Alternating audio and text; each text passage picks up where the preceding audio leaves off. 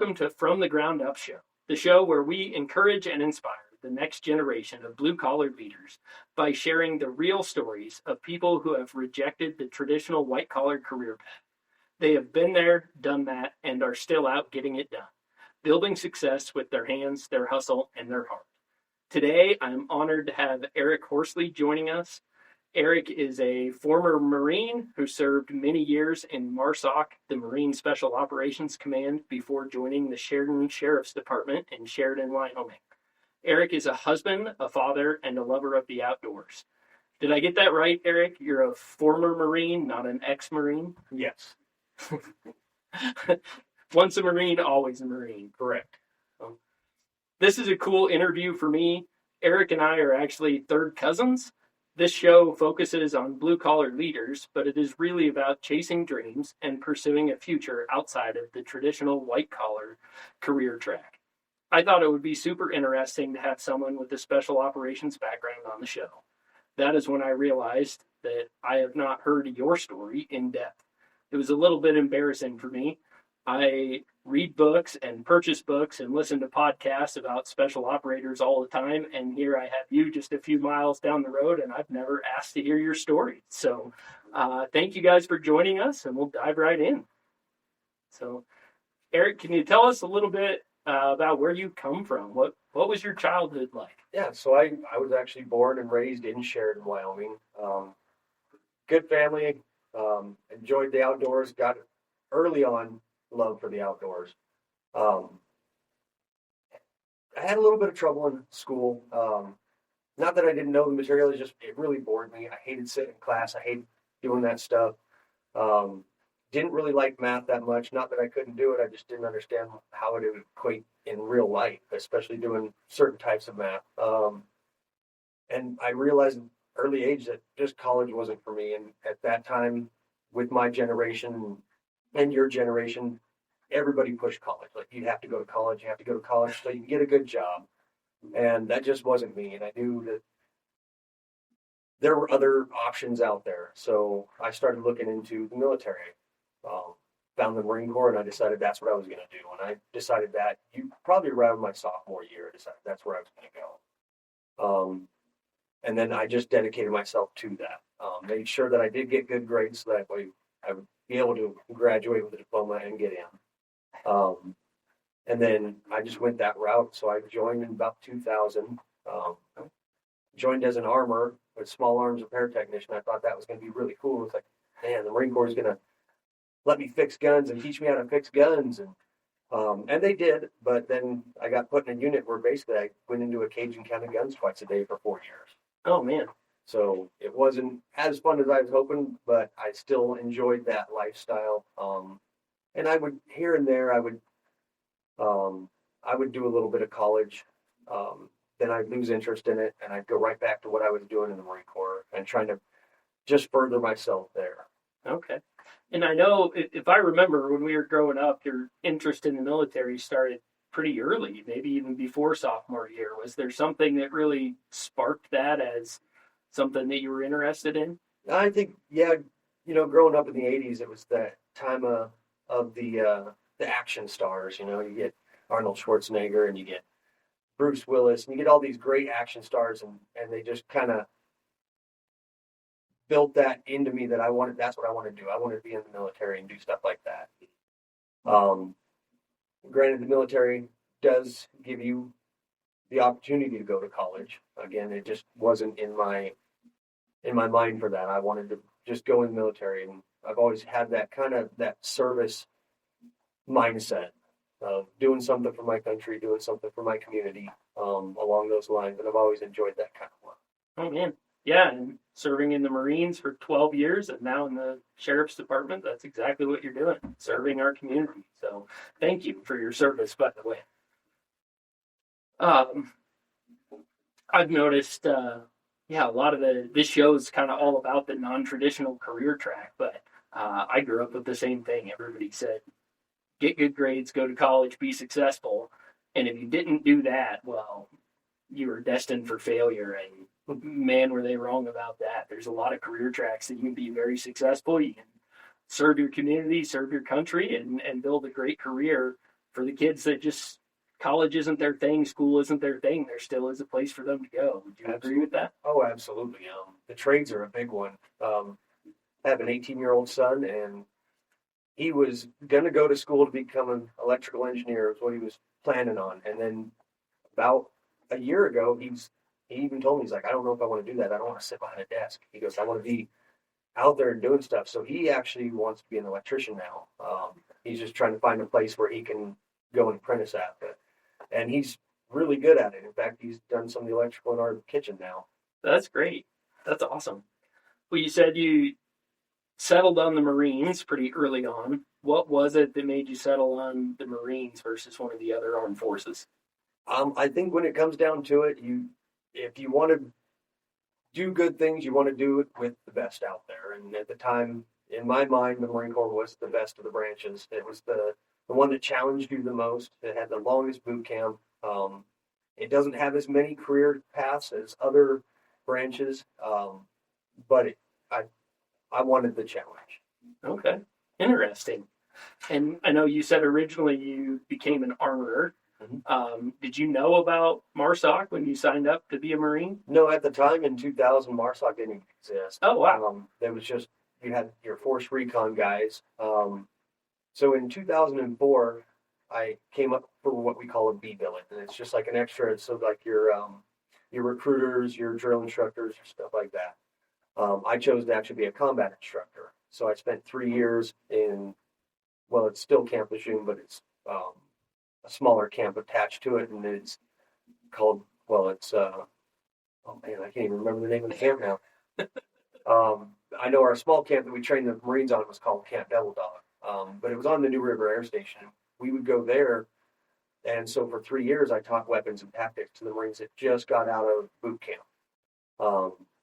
And I enjoyed being out in the field. I enjoyed doing that kind of stuff. I enjoyed the technical and tactical aspect of teaching weapons and tactics and stuff like that. And I got good at it. And at that time in 2006, so it was a 3-year tour there. So from 04 to 07, in 2006, MARSOC actually got stood up. U.S. SOCOM basically wanted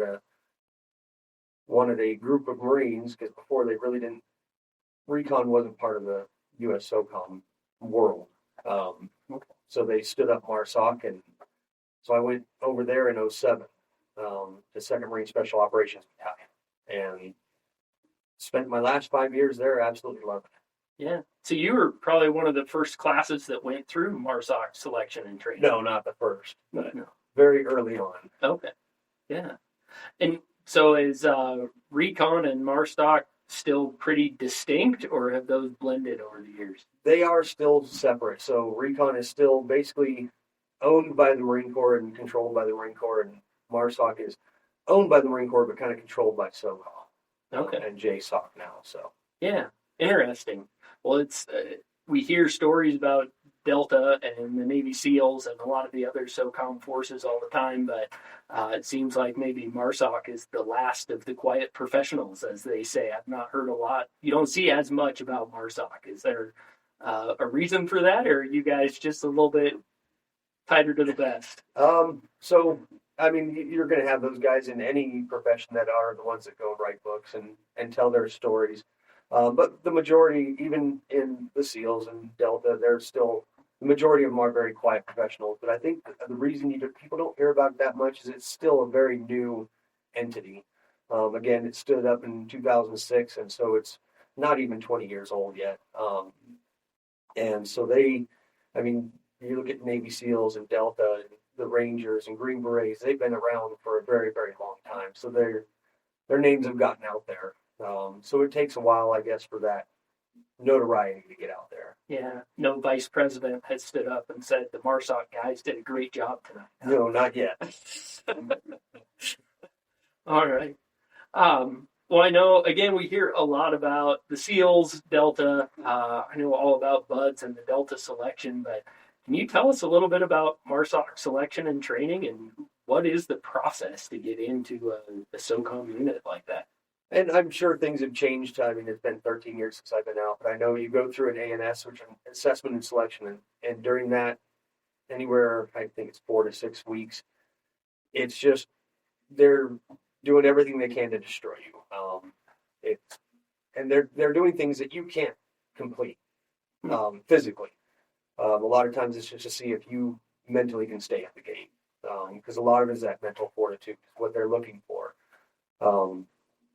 After your ANS and you get selected, you become what they call a rope, and you're waiting for your slot to go into ITC, which is their individual training company. The pipeline from that point where you start training can be anywhere from 6 months to a year, depending on what you're doing. I mean, they have language classes. I mean, there's other specialties you can go through.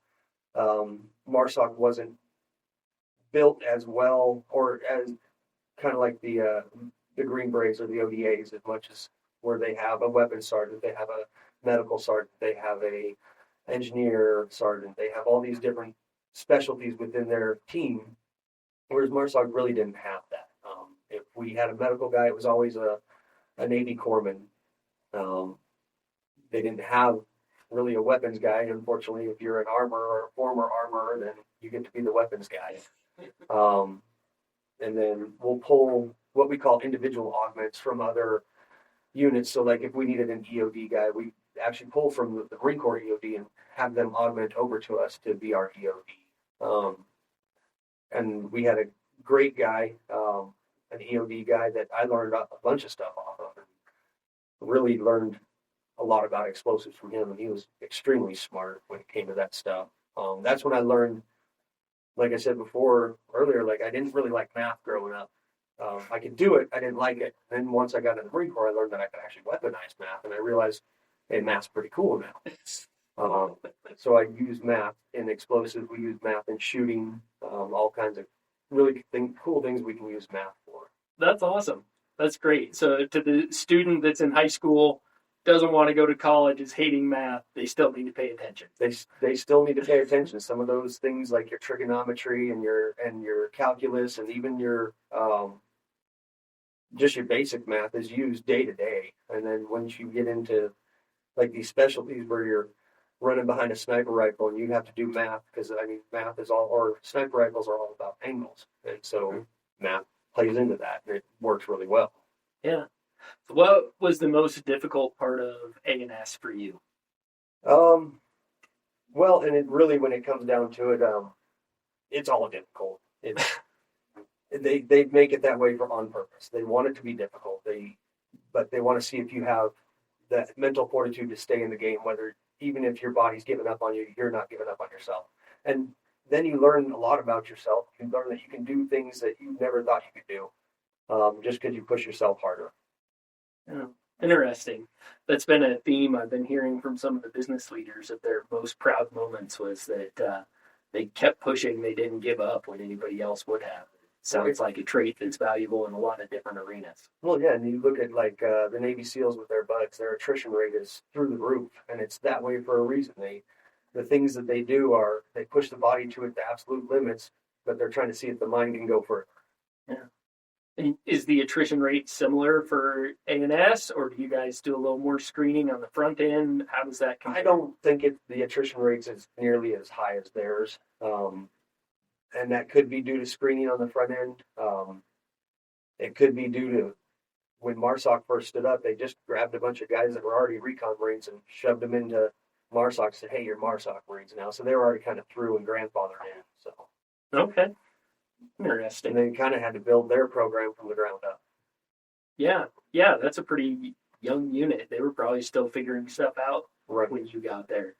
Did you get to play any role in fine-tuning any of that, or did they have it pretty well? No, that's way out of my realm. Okay. Well, can you tell me a little bit about your time in service? You said you joined MARSOC in 2007. Correct. And you enlisted in 2002? No, in just 2000. 2000. Yep. I mean, I graduated on May 28th. I turned 18 on May 28th, and on May 29th, I was in San Diego, California. So. Wow. That's awesome. So where all were you stationed, and where all have you served throughout your 12 years? So actually, I was stationed on Camp Lejeune, North Carolina, my entire 12 years. I just bounced from unit to unit within that base, which is actually quite uncommon. Most guys do hit California or they go to Okinawa, Japan. I ended up just staying right there. But if somebody wants to travel, Uncle Sam's the cheapest way to do it. You don't always get the best 5-star accommodations, but you do get to see the world. I've been to Lisbon, Portugal. I've been to Zaragoza, Tarragona, Barcelona, Rota, Spain. I've been to Germany. I've been to South Africa. I've been to South America. I've been to Ireland. You get to travel and see the world. Like I said, it's not always the best accommodations, but it's free, so C-130 isn't quite first class. No. Awesome. Well, I know one thing I always enjoy hearing about, I'm guessing a lot of our listeners do as well. You guys have got to be equipped with the newest, the best, the latest equipment. I know it's been a few years since you got out, but can you tell us a little bit about the equipment you had and how you were equipped to dive into battle? Absolutely. So, like you said, it's been a while. Most of the stuff I used then was probably obsolete. They got way better, cooler stuff, but at the time it was really cool. So, even just our regular plate carriers. So I had a long range US that was for any kind of long range mission, and I carried probably about 6 rifle mags. I carried 6 pistol mags. At the time, we were using MARSOC 45s, which are the 1911 variant of 45. We had M4A1s, which are the full auto version of the M4. Most of our M4s had Daniel Defense uppers. We had a 14-inch upper and a 10-inch upper, depending on what mission set you were going into. I know EOTech's still big, and they're still using them. I love my EOTech, especially just due to the ease of use of that thing. It's so easy to teach anybody to use it. We'd have other optics like LCAN Spectre DR, which is still a viable optic today, right along with the LCAN. It's a kind of expensive optic, but it's got a 1-to-4 power. You just throw the lever, and it switches from 1 to 4 power. It's got an illuminated dock, illuminated reticle. So it was actually a nice little tool to throw on your 14-inch. I really like those Spectres. I have one of those. They are very nice. If I could afford them, I'd have one on every rifle. Super clear glass. Yeah. And then, back in the day when I was in, the Mitch helmet was the latest, greatest. And then we didn't start getting those, the ops cores, those fast helmets, till a little bit later on. But, it's nice having a good piece of equipment that's lightweight for one and doesn't block. We'll use either Peltors or we'll use MSAs or something like that for our hearing protection and for our radios. And the old Mitch helmets had a hard time because they would come down over them a little bit, so it's hard to get them to fit up in there. So the ops cores were a lot nicer. And then MVGs at the time we were using just dual tube, your DMVDSs. We didn't at the time when about the time I got out in 2012 when they started coming out with those quad tubes. I never really got to play with those very much. I got to see through them. They're really neat, but they're really expensive, and I had a tendency to drop and break things, so I didn't get to play with them too much. Okay. Yeah, some of the new stuff they're coming out with, they have quad tube hybrids that do night vision and thermal bolting. Right. I'd love to get to play with one of those. That'd be pretty cool. Yeah, they're really cool to play with. Like I said, they're extremely expensive, and I tend to break things a lot, so I didn't get to play a lot of cool stuff sometimes. But yeah, most of our weapons were from U.S. SOCOM command. So we'd have your Mark 48s and your Mark 13s, and most of our. So for somebody that doesn't know. What is a Mark 48 or a Mark 13? So a Mark 48 is a lot like an M240 machine gun. It's just the U.S. SOCOM version of it. It's a little lighter weight. Our Mark 13 were our sniper rifles at the time. They're basically a Winchester 300 or a 300 Win Mag on an Accuracy International chassis. And they would have Surefire suppressors on them. Then usually we run Night Force scopes with a Horus Vision on them. Okay. So they had a lot of really cool toys, and then a lot of our indigenous weapons that were from the United States Marine Corps ended up going back to other units once we got that other stuff. Okay. Most of the guys at the time were running a PEC 16, which is just a small illuminator, like a laser. It has a visible laser, it has an IR laser that you can see under night vision. I'm sure they've got way better stuff now, but Did you have much to choose from or much say in picking your equipment, or did you kind of get what you got? You said a lot of the guys chose that. Were there options? Yeah, there were options. So basically, you got issued your suite of weapons. So you get your M4A1 with your 14 and your 10-inch barrel, and you got to decide whether you're going to put your your L-can on like your 14-inch, or if you're going to put it on your 10-inch. You're going to run your 10-inch all the time. Um, if you were going to just be a door guy, maybe that 10-inch is all you're ever going to run. But they got their little suite that they got to kind of almost choose from and mix and match what they needed. And then depending on your specialty, if you were the machine gunner, then you would run the M249 saw or the Mark 48 or something along those lines. Snipers ran with either there was a Mark 12, which is an AR version or an AR 10 basically that's just accurized. Or they'd run that Mark 13, or they'd have the M107 Barrett, which is really heavy and not always fun to carry around the mountains of Afghanistan, but it is a fun weapon to shoot. Yeah, interesting. Have you stayed up on any of the new developments and any of the new equipment that are being issued today? No, not so much. Even most of the guys I was in with have now retired and gotten out, and so it's a whole new generation in there now, and I've kind of lost track of that. I do keep up now that I'm in law enforcement. I keep up in law enforcement or equipment and stuff to go along with, and that has to go along with a lot of the stuff that I do anyway for our office. I hold quite a few different hats in our office. So Okay, interesting. Well, while we're talking about that, what is your role now in the sheriff's office? well, so I'm on the patrol division. I just about a month ago or 2 months ago, I got promoted to corporal, so now I'm one of the supervisors. But I'm an instructor in custody and control, which is the hand-to-hand stuff. I'm an instructor in less lethal, which is all of our impact munitions, our gas. I'm an instructor. I'm a use of force instructor. I was flexi trained use of force instructor. I'm a flexi trained TACMED instructor. I used to instruct Alice for the schools, but now we have SROs, so they kind of took over that. Okay. Yeah. What is Alice for somebody unfamiliar? So Alice is kind of the instead of the old school way of if there was an incident at a school, they just lock all the doors, turn off the lights, and have everybody huddle in a corner. And they realized that that wasn't very conducive to keeping people alive. So now they have, and this was a couple of years ago. There was a company that got stood up by a retired police officer, and he started Alice, and Alice was an acronym, and it stood for alert. Oh man, it's been a while since I even taught it, so I got to think of what it is. But it's it was kind of like your run, fight, or run, hide, or fight. Okay. But it gave people options on how they planned on surviving. So if they were going to alert, lockdown, that's what L was, lockdown. Lockdown, inform, evacuate, or actually fight. Then it got taken over by another company, and it's a lot harder to use that and teach it anymore because they won't allow us to teach anybody that's not a government-funded entity. So schools, the courthouse.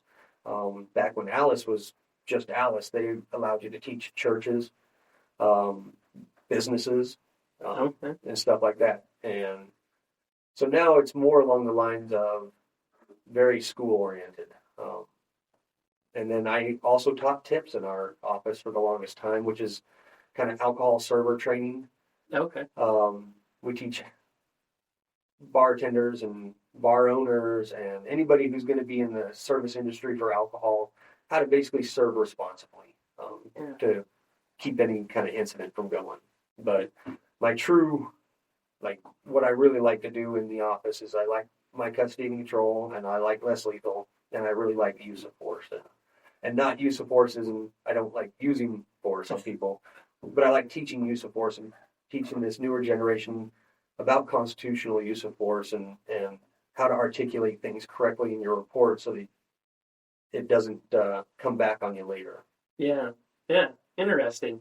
That that's something I've not heard a lot about. Rolling back a little bit is hand-to-hand combat training in the Marines and in MARSOC. Is there a particular discipline that you guys train or practice, or is it a combination? What kind of training do you guys receive on hand-to-hand combat? Yeah, so absolutely. So when I first started in 2000, it was just the Marine Corps combat line training, and it was pretty basic in its form. And then I want to say it was maybe 2002. The Marine Corps came out with the Marine Corps Martial Arts Program. Marine Corps Martial Arts Program was a mixed martial arts developed, I believe, by a guy named Colonel Shusko, if I'm not mistaken. Somebody can correct me if they need to on that one. But it was developed as a better form of hand-to-hand combat because it uses all things like Muay Thai, Jiu-Jitsu, still has some of the old basic bayonet line training stuff in there. And then they came up with a belt system through that. And with the McMap system, I actually elevated all the way up to a black belt instructor on that. Okay. But it focused a lot on ground fighting and, well, first off, try not to get to the ground. But if you do get to the ground, how to get off the ground and get back into the fight. So they used a lot of that Brazilian Jiu-Jitsu and stuff like that. Interesting. And going back to your equipment, is the Marine Corps still using K-bars, or did you guys have anything updated? As far as I know, they're still using K-bars. I mean, granted, when we were in, we'd get Benchmades and there's another knife out there called a striker knife. It's mainly for actually finding landmines. It's non-magnetic, non-ferrous, so it's I think it's like got a copper beryllium coating on it, so it doesn't create a spark. And so there's a lot of really cool gear that we would get that the rest of the Marine Corps may not get. But it's kind of when you have the big brother SOCOM that looks out for you and gives you money, you can buy nicer stuff. Yeah, I imagine. Seems like the SOCOM guys always get the cool toys, and everybody else is left with the leftovers. So, well, you mentioned a little bit about your time in the Marines and then the Sheriff's Department. Can you tell us a little bit, what was it like coming out of the high-speed environment in MARSOC and returning back to civilian life? That was a difficult transition, to be honest. And it wasn't a decision I made lightly. I only had 8 more years to finish out my 20 and retire. But the op tempo was so fast. I mean, you would go on a 9-month deployment or a 7-month deployment. You'd come home for about 2 weeks, get to see the family a little bit, and then you'd be right back out training again for your next deployment. And you'd usually, you could spend anywhere from 6 to 9 months training for that next deployment, and then you deploy again. It got to the point where I was missing so many birthdays and Christmases and Thanksgivings and first steps, first words, that I realized that it was putting a toll on my family as well, which is when we finally made the decision, me and my wife at the time, or my wife decided it was time for me to get out. So I applied to different places. I applied to the U.S. Marshal Service. I applied to the CIA. And it was one of those things that the more I started thinking about that, even, I was like, man, I'm getting out of this to prevent me from losing family time, and I'm going into a profession where I'm going to lose family time. So we made the decision. It was about 2013 to come back to Sheridan. And at the time, I had to get a job on the BNSF Railroad. And that was enough to get us back to Sheridan, get us into a house, and get us settled. But when you go, like you were talking about, from that really fast-paced lifestyle to sitting on a train for 12 hours and staring out a window, it was tough. It was really hard. And then, not to knock on BNSF, they're a big multi-billion-dollar company, but you don't feel like you're part of a family there. It feels like everybody's kind of out for themselves. There's no camaraderie anymore. So it doesn't feel like a family. So after about 3 years of that, I put in my application to the sheriff's office. got hired, and I get that same camaraderie that I had in the Marine Corps. We're a big family. We look out for each other. It's not as fast paced. A lot of my time is spent on what people tend to call frivolous calls, or like a fraud call or something like that. So you don't always get that high speed stuff, but every now and then you get to have a little bit of fun. Yeah, interesting.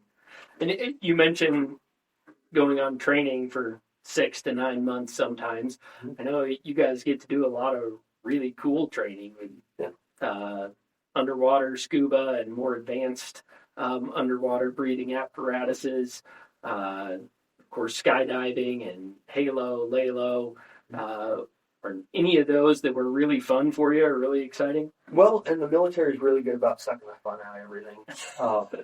So, like with your combat scuba and stuff like that, you think it's really cool. I'm going to be this scuba diver, and then you got a guy that's rolling you on the bottom of the pool and punching you in the stomach and tying your hose in a knot and turning your air off. And it's not as much fun when they do that. But some of the classes that even I went to in MARSOC were just absolutely fun classes. There's a company called Griffin Group. They used to be down in Melbourne, Florida. They're now up in Fort Bragg, North Carolina. But they teach you all of your PSD, your personal security detail. So you get all this evasive driving training. So, and they put you in a car and you're doing high speed maneuvers in an urban area. You're doing pit maneuvers, counter to the pit maneuvers, ramming barricades forward and reverse. They do a rollover simulator. They do dead driver drills. And at first it sounds really cool. And then you're practicing it on this car that's on cinder blocks. And after about 2 good iterations of practice, they put you in an actual car and you're driving down some mock city. And there's mailboxes and cars flying by. And all of a sudden your driver slumps over and you've got to take over the car. That's kind of harrowing. You're afraid you're not going to, or you don't want to smack into another car and kill everybody in the car. Yeah. Wow, that would be pretty interesting. So, awesome. Well, you brought up your wife. I believe she was in the armed forces as well when you guys first met. Is that correct? Yeah, she was a Marine as well. She was an ammo tech. So I was an armor, she was an ammo tech, guns and ammo. We went together pretty well. So we've been married 21 years now. Congratulations.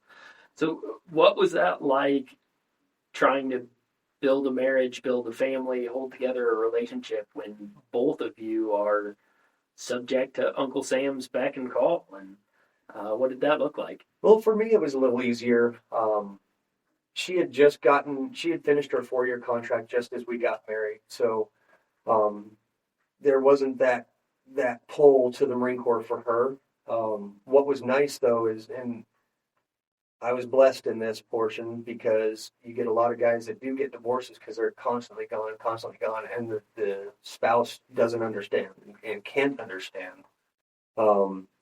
Whereas my wife, being in the Marine Corps, she understood what the life was and what I was doing, and she seamlessly would take over the household if I was gone. And then when I'd come back, not always as seamless, because I had a way of doing things. But then as I was gone, they had their way of doing things, and they had a routine that they had built. And I came into, and it's almost like kicking their sandcastle once I come home. So I had to learn really quickly to just kind of let her do her thing, and I'd fall into their routine. Okay. Wow. Sounds like you handled that well.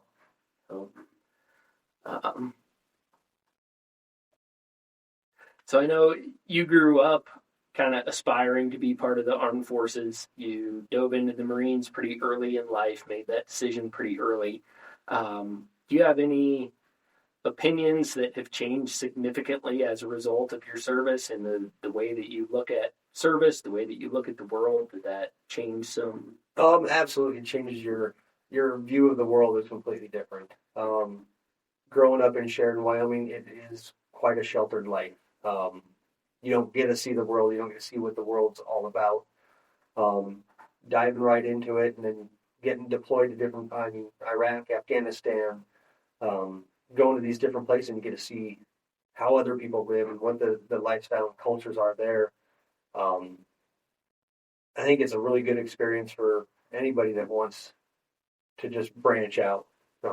because you do learn a lot about different cultures. You learn a lot about. I tell the people all the time, I left Wyoming, went into the Marine Corps to see the world, and then I realized the world's not as cool as I thought it was going to be, and that's why I came back. Interesting. That's great. That's great. Do you ever miss it? Oh, every day. You're always going to miss it. You're going to miss the bonds you made with people, especially overseas. You're going to miss you work with these guys all the time. You eat, sleep, drink together, fight together, and you build pretty strong bonds to the point where even my kids, a guy that I've known him better part of 20 years now.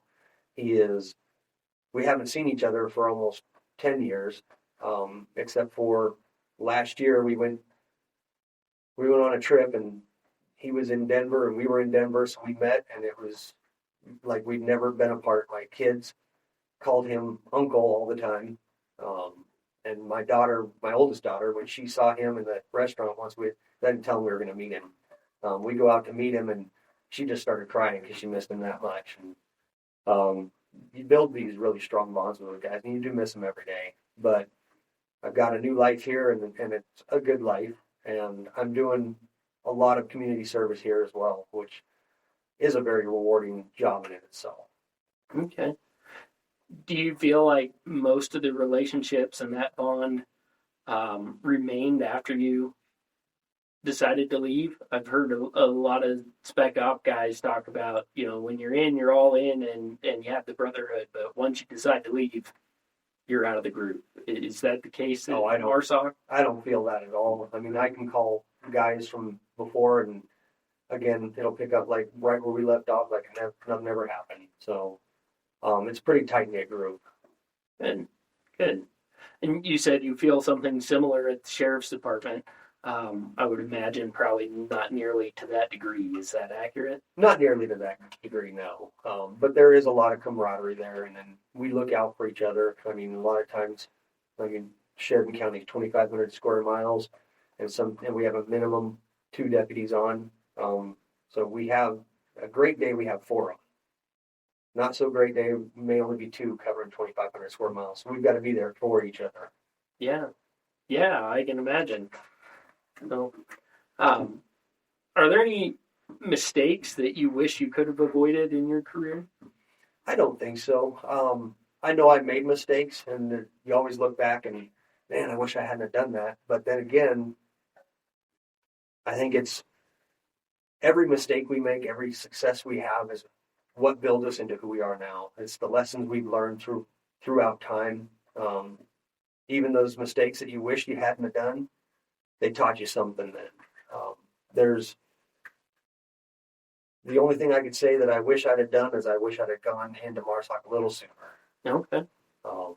But then again, had I not done that, I may have never met my wife, and I wouldn't have my 3 kids now and my granddaughter. And so it's one of those things that you look back and you think about it, but in the long run, every mistake we made taught us something. Okay. Interesting. So if you could choose to do it again, would you still go on that career track and join the Marines and MARSOC? Yep, 100%. I would sign those papers again. Awesome. What about your kids? If your son decided he wanted to serve in the armed forces, or specifically if he was looking at SOCOM, what advice would you give to him, or would you have to say to him? Yeah, the biggest thing I'd always tell him is just they're going to put you through things that you don't think you can physically do, and you may not physically be able to do them. Just keep trying till everything fails. As long as they see that mental fortitude and that never quit mindset, they'll do fine in that world. Okay. Would you worry about them going into that world? Well, you always worry. You worry about your kids even when they get their first driver's license and start driving their car. And my son, when he first started driving his car, that very first day, he was going to be driving himself somewhere. I was like, hey, be careful of this, be careful of this, be careful. I know, Dad.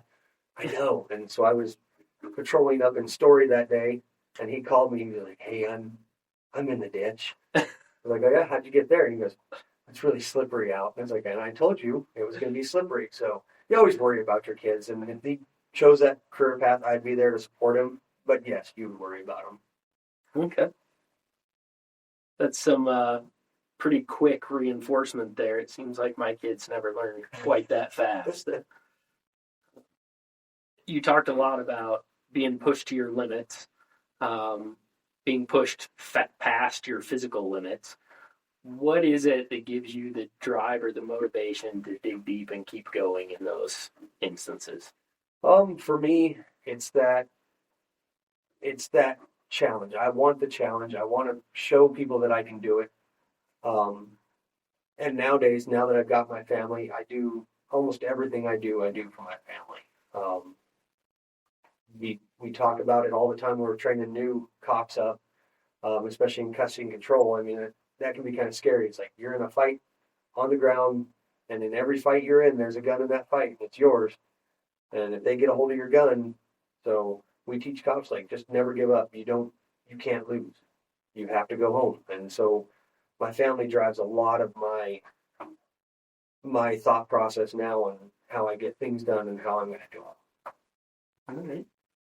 I know in law enforcement and military, and especially in SOCOM, it's pretty rare to come out of a career like that without some lasting or significant injuries.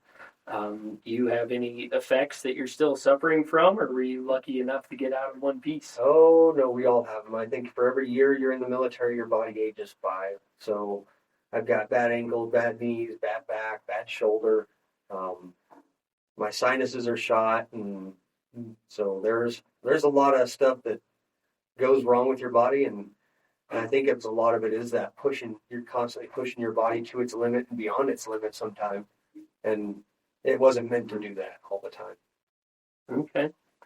Do you think outside of the Marine Corps and specifically MARSOC, I remember you as a go person that kind of liked to push the limits. Do you think that's something inherent in you, or is that something that the Marines instilled in you? I think it's kind of both. So I've always had that attitude, like you said, and I think the Marines just kind of sharpened it and honed it.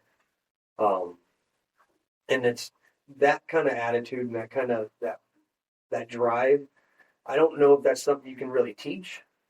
I think it just has to be there. You can mold it and, like I said, hone it and shape it, but I don't think you can make it appear. It has to be in that person already. Yeah. So somebody without that is probably not going to be real successful in a special operations career track. Probably won't do the greatest. No. Yeah. Okay. All right. Well, this is one of my favorite questions. Are you a person of some sort of faith tradition? And if so, how has that shaped your leadership journey and your career track? Has that played a role in any decisions you've made? Yeah, so I grew up going to church, and I'm very secure in my faith, and I think a lot of that also has helped me throughout my time, because I mean the Marine Corps, when you join, they have their honor, courage, commitment,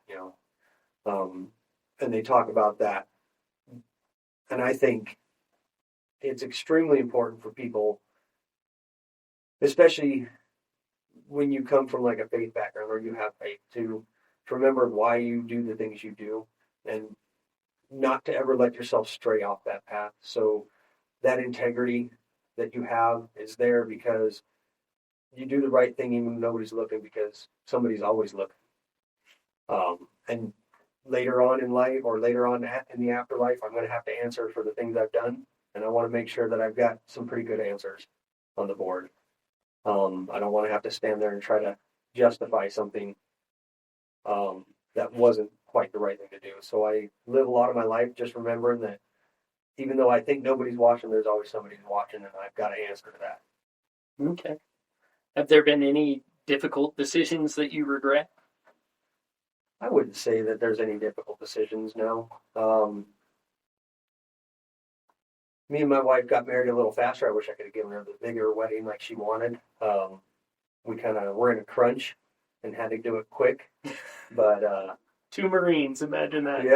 Yep. 2 Marines, they're 2 witnesses and the justice of the peace. But to this day, I wish I still could have given her that big wedding. And one of these days, once maybe the kids are out, maybe we'll do a renewing our vows together in that bigger fashion where she kind of deserves that. So Awesome. That's great to hear.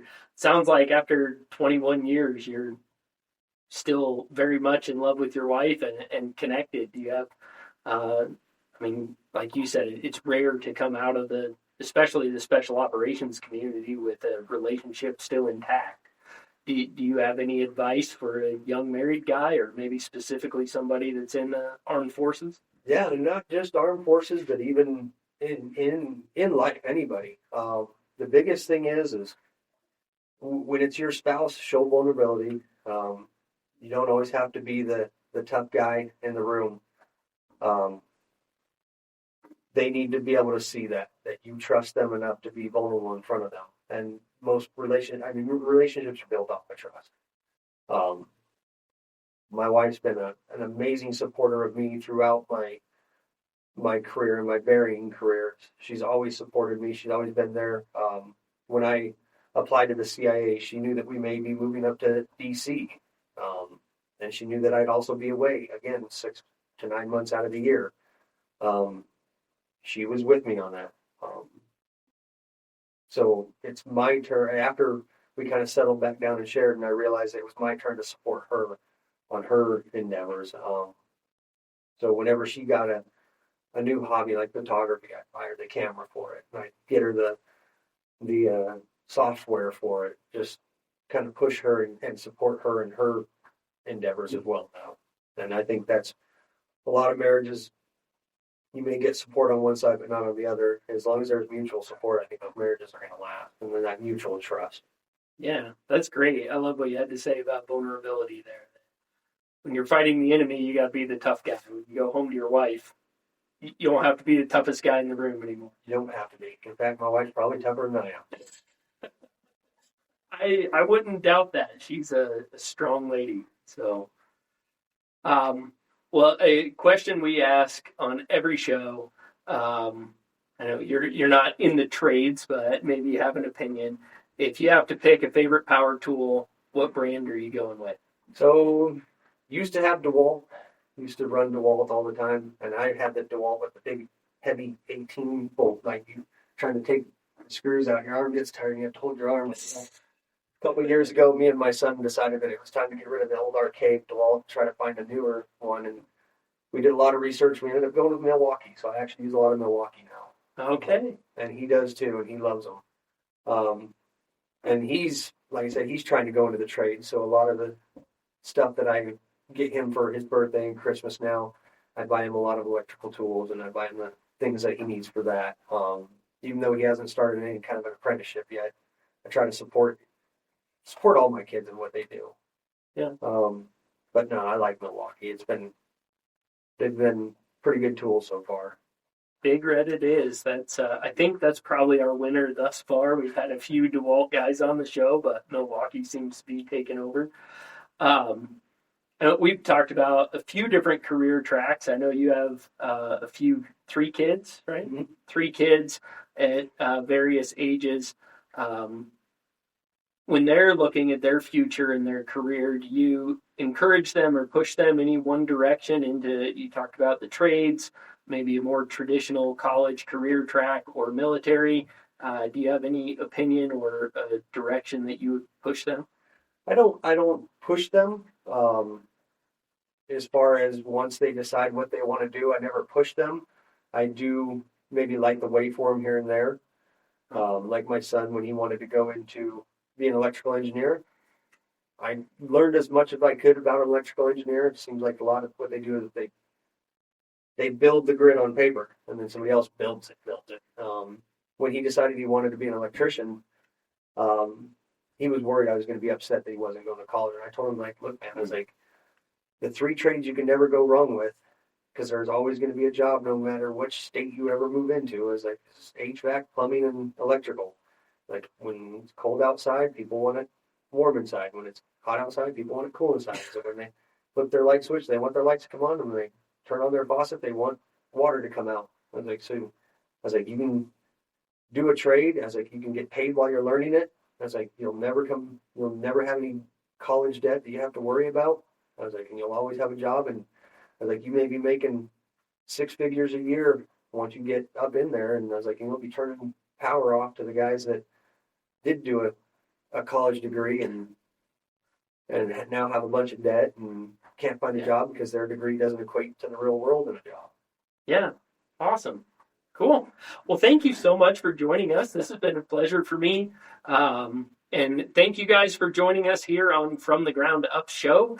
If you want to be on a future show as a guest, or if you have a question for one of our expert guests, please reach out to us. You can find us at FromTheGroundUpShow.com or on social media at FromTheGroundUpShow. And if you have enjoyed the show, learned something, or benefited in any way, please like, share, subscribe, hit that button in your app, whatever it is. We really appreciate it. Until next time, keep grinding.